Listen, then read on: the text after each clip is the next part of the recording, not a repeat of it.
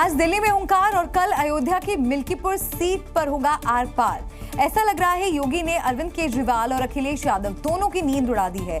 दिल्ली में जिस तरह योगी ने आज हुंकार भरी, चुनावी फिजा ही बदल दी। कल उसी तरह अयोध्या के मिल्कीपुर से वो अखिलेश यादव को ललकार रहे होंगे।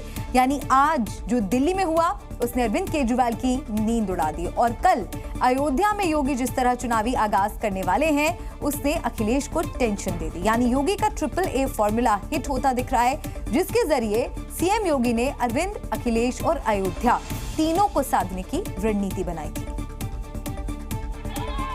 दिल्ली में योगी फैक्टर का असर हमने आपको थोड़ी देर पहले ही दिखाया। अब जरा AAA के अगले दो फैक्टर समझिए, अखिलेश और अयोध्या फैक्टर।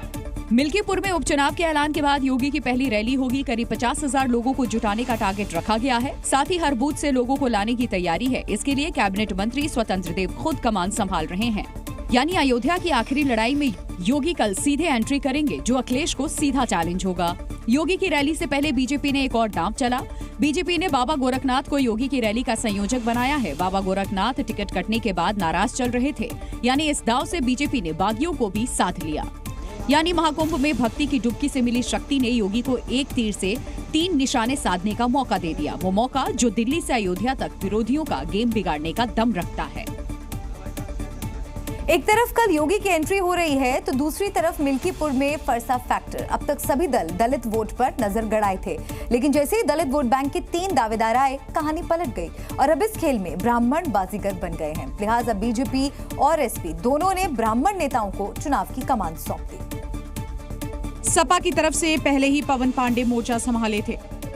जैसे ही अपने अखाड़े में अखिलेश की घुसपैठ बीजेपी को नजर आई, पार्टी ने फौरन ब्राह्मण नेताओं को मिल्कीपुर रवाना कर दिया और अयोध्या में ब्राह्मणों का बड़ा चेहरा खब्बू तिवारी को ये जिम्मेदारी मिली। यहाँ पे भारतीय जनता पार्टी को जीतना है, योगी को जीतना है, मोदी को जीतना है, भारतीय जनता पार्टी के कार्यकर्ता को जीतना है और ये जीत जो होगी इस सनातन परंपरा की जीत होगी। प्रचार के पहले ही दिन बीजेपी के ब्राह्मण प्लेयर ने जीत का ऐलान कर दिया तो सपा ने भी पलटवार में देर नहीं लगाई और डिंपल यादव मैदान में उतर आए।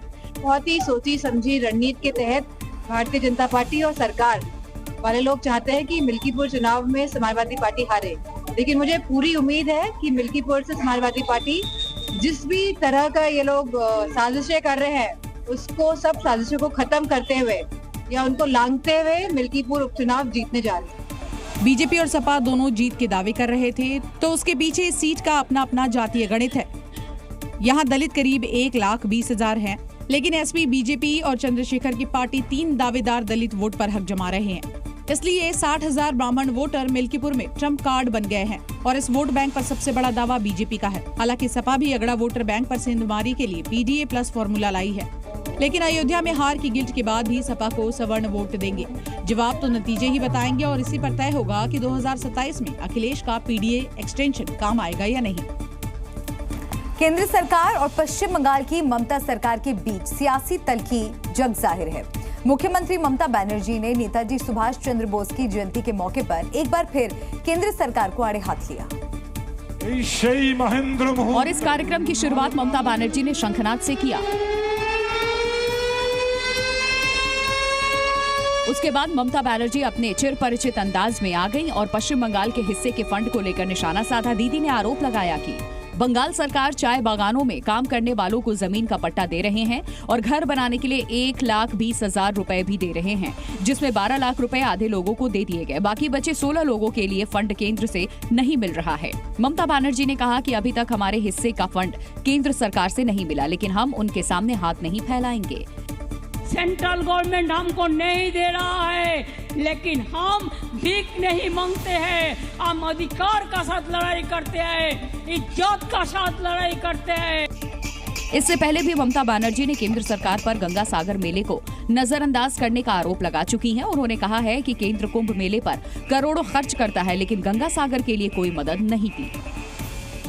शिवसेना के संस्थापक बाला साहेब ठाकरे की जयंती के मौके पर प्रधानमंत्री समेत कई बड़े नेताओं ने श्रद्धांजलि दी, तो शिवसेना उद्धव गुट ने इस मंशा पर सवाल उठा दिए।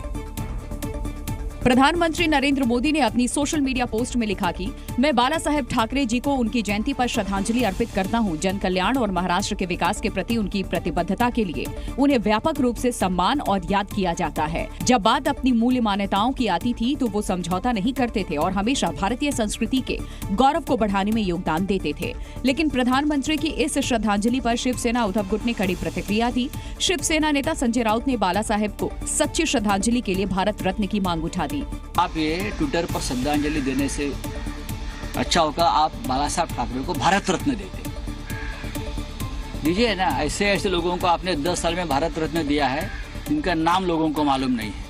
हालांकि बाला साहेब ठाकरे की शिवसेना पर हक अभी एकनाथ शिंदे के पास है, जबकि उद्धव ठाकरे अपने गुट के भी असली शिवसेना का दावा करते हैं। गणतंत्र दिवस को लेकर दिल्ली में जोरदार तैयारियां हो रही हैं। कर्तव्य पथ पर सेना के जवान परेड की तैयारी करेंगे। इस खास मौके पर इंडोनेशिया के राष्ट्रपति चीफ गेस्ट होंगे। लेकिन इन सबके बीच छत्तीसगढ़ के कवर्धा में रहने वाले बैगा आदिवासी परिवार भी खास मेहमान हैं, जिन्हें गणतंत्र दिवस समारोह में शामिल होने के लिए राष्ट्रपति द्रौपदी मुर्मू ने निमंत्रण भेजा, जिसके बाद कवर्धा के इस आदिवासी समुदाय के लोग बेहद खुश हैं। उस परिवार और गांव की तस्वीरें सामने आई जो 26 जनवरी के मौके पर राष्ट्रपति और प्रधानमंत्री के खास मेहमान होंगे। महिला ने खुशी से वो निमंत्रण पत्र भी दिखाया जो राष्ट्रपति की ओर से भेजा गया, जिसकी खुशी इन आदिवासी महिलाओं के चेहरे पर नजर आई। अमर जाए की खुशी है भैया, अमर जाए की खुशी है भैया। जिला प्रशासन के मुताबिक 6 बैगा परिवारों को गणतंत्र दिवस में शामिल होने का न्योता भेजा गया है। बहुत अच्छी बात है, बैगा परिवार तो बहुत खुश है। उनको जब ये पता चला कि उनको वहाँ पे दिल्ली उनको बुलाया जा रहा है तो उनको बहुत खुशी हुई है। गणतंत्र दिवस की परेड का गवाह बनने के साथ साथ बैगा आदिवासी परिवार राष्ट्रपति द्रौपदी मुर्मू से मुलाकात करेगा और उनके साथ खाना भी खाएंगे। लालू प्रसाद यादव के बड़े बेटे बड़े लाल यानी तेज प्रताप यादव एक बार फिर चर्चा में हैं, लेकिन इस बार उन्होंने अपने नेताओं को कुछ ऐसा कह दिया जिससे उन्होंने महफिल ही लूट ली। मौका था आरजेडी के पूर्व एमएलसी बिसन देव राय के श्रद्धांजलि कार्यक्रम का, जहां तेज प्रताप यादव भी पहुंचे थे। इस दौरान आरजेडी विधायक मुकेश रोशन अपने परिवार का परिचय तेज प्रताप यादव से करवा रहे थे और 2 लोगों के सामने लाकर कहा कि दोनों का ही नाम मुकेश ही है। तभी बीच में एक व्यक्ति ने कहा कि हम भी मुकेश और ये भी मुकेश है। फिर क्या, तेज प्रताप यादव ने 3 मुकेश को अपनी नजरों से देखा और तुरंत गांधी जी के 3 बंदर वाली बात कह दी, जिसके बाद वहां का माहौल ठहाकों से गूंज उठा।